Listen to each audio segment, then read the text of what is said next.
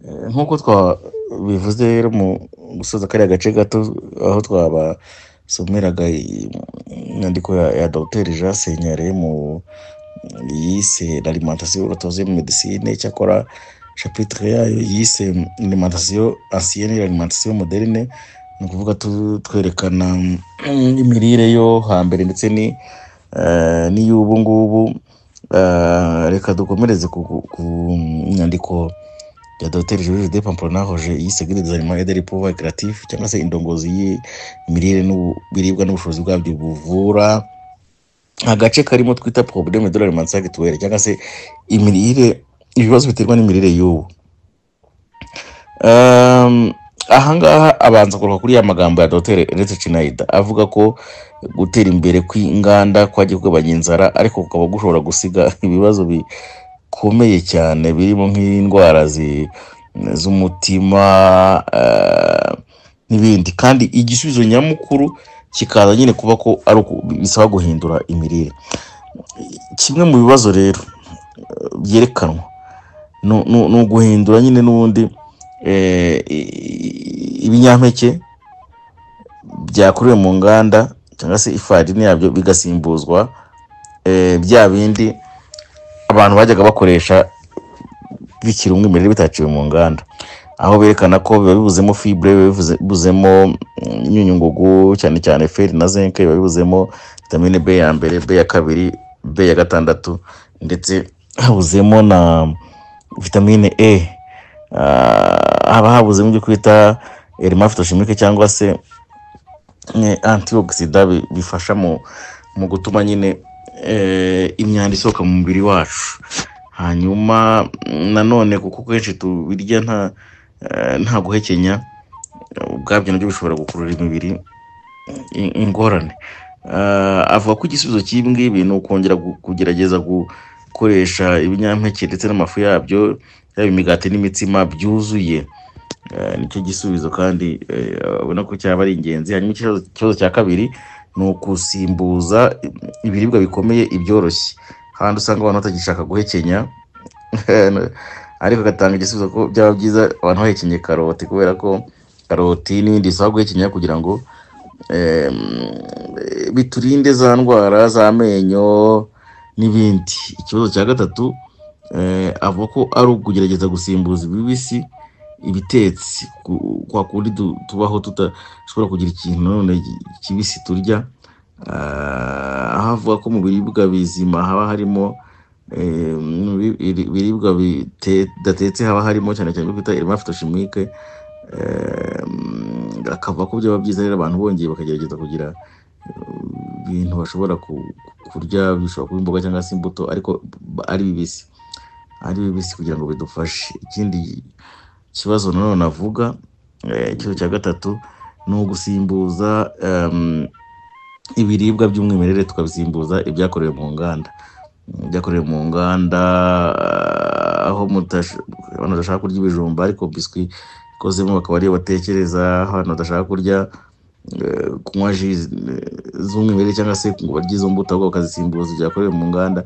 Akavuga ko biriya bintu biba byongewemo kugira ngo bibashe kurama, cyangwa se n'irangi ryongewemo ubwabyo n'iyo sukari yongewemo ubwabyo n'ibyago. Cyakora mu gisubizo akavuga ko abantu bakongera kugerageza gukoresha ibiribwa bitatunganijwe, ko harimo igisubizo gikomeye. Ikindi kibazo cya gatanu, Dr Pamplona yerekana ko gukoresha isukari ikabije cyane aho ni ikibazo, aho usanga ari inkomoko y'indwara nka diyabete, indwara z'amara, indwara mu gasabo k'indurwe n'izindi. Akavuga ko iyo bwaba tukagabanya isukari ikabije, cyakora ubuki, imbuto, ibisheke n'ibindi bishobora kuba byasimbura ya sukari nabyo tukabikoresha kugira ngo umubiri ugire ubundi bikenewe.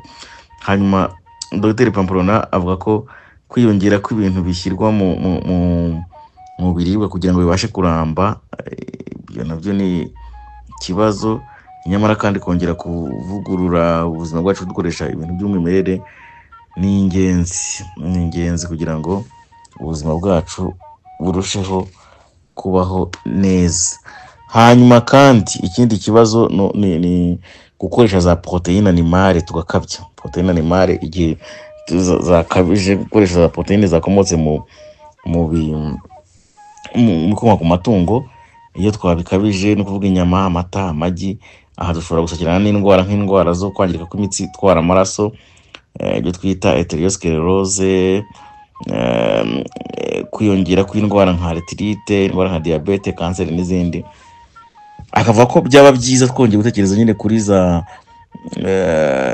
proteine zishobora gukomoka nko muri soya, komoka mu bunyobwa, zishobora gukomoka mu binyampeke bimwe na bimwe, ati byafasha. Abatanze inama zo kubireka burundu ibindi, ariko byibura tugerageza uko gusimbuza. Hanyuma akerekana ko ikindi kintu gikomeye nanone ari gukoresha ibigwiriyemo ibinure ndetse na cholesterol n'ubundi akenshi bisanga bikomoka ku matungo. Akavuga ko rero ahangaha gukoresha nka avoka, ubunyobwa ni ingenzi cyane, ndetse avoka yo ayitindaho kubera ko usanga ikwiriyemo nka vitamine E ndetse n'ibindi twita antioxidant, bikaba byafasha mu kurwanya indwara z'umutima ndetse n'izitwara amaraso. Hanyuma ikindi kandi gace atubwira rwose, gukabya kurya umunyu ukabije ubwawo ushobora gutuma indwara z'umutima, indwara z'imitsi itwara amaraso, indwara nk'umuvuduko munini w'amaraso wo hejuru, hypertension arterielle, ni ikibazo. Maze igisubizo rero akaba ko tugomba kugabanya umunyu. Ni byiza kugabanya umunyu, ahubwo habaho ibindi birungo byiza nabyo byagenda bisimbura, birimo teyi, birimo umwenya, birimo n'ibindi bishobora gutuma irari umuntu yari afite umunyu rigenda rigabanuka. Ikindi kibazo ni ibiribwa usanga biburamo vitamine, cyane cyane ibyatetswe cyane. Akaba ko ari byiza kongera nyine imbuto n'imboga, cyane cyane ari bibisi, kuko usanga biguriyemo vitamine A, vitamine B, vitamine C ndetse na vitamine E. Ikindi kibazo ni ibiribwa bitarimo fibre, na cyane cyane bya bindi byakorewe mu nganda. Igisubizo kikaba kongera kwibuka ibiribwa bikiri umwimerere, kuko nibyo biba bifite aya mafibre, kugira ngo twirinde za ndwara z'amara cyane cyane ndetse kanseri n'ibindi. Hanyuma hari ibindi yita bya biribwa tubita ngo ni manque de pigments végétaux, ni ukuvuga ni bya biribwa usanga nyine bitagwiriyemo ibyo bintu by'umwimerere. Bakavuga ko biribwa nka epinari, ndetse ubundi hari nubwo bavuga ko n'igisura abantu bagikoresheje byaba ari byiza. Ati ni ingenzi ko bituma ubwabyo ni antioxidant. Ikindi kibazo nanone avuga ni ibiribwa bitarimo enzyme, cyane cyane muri ibyatetswe cyangwa se ndetse n'ibyaciye mu ruganda. Igisubizo nta kindi ni ukongera bya bindi nyine bibisi. Ibibazo twavuga ko biri ku ruhembe rwa nyuma, avugamo bya biribwa ibihingwa byahinzwe nyine mu buryo burimo ifumbire mvaruganda n'iyo miti. Cyakora agatanga igisubizo ko nyine ni ukubitekerezaho cyane, ko ntituri bihagarike nonaha, ariko mu gutekereza cyane no mu gufatanya, hari ubwo abantu bagenda babona ibi bigabanya, nk'iyo abantu bakoresha umubirizi cyangwa bakawushyiramo na gikukuri, hari ubwo bigenda bigabanya nyine bya byago byo kwangirika, byo kwangizwa n'ibiribwa byuzuyemo amafumbire mvaruganda. Umwanzuro rero bahuriraho na Dr Jean Senyare, bavuga ko mwene muntu hamwe yaba mwene muntu ndetse n'ibindi biremwa bibeshejweho n'ibintu by'umwimerere. Akenshi ni isomo rikomeye bitapfa koroha ko wumvisha sosiyete ziteye imbere.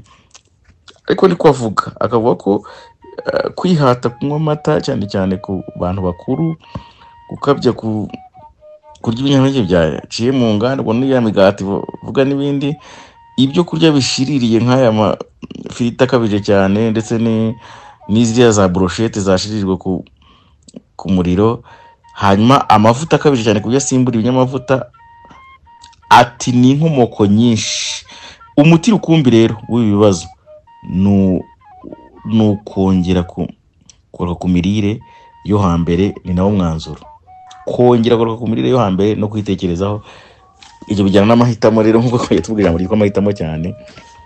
Ndabifuza rero gukomeza kunogerwa na byose no gufatanya twese hamwe.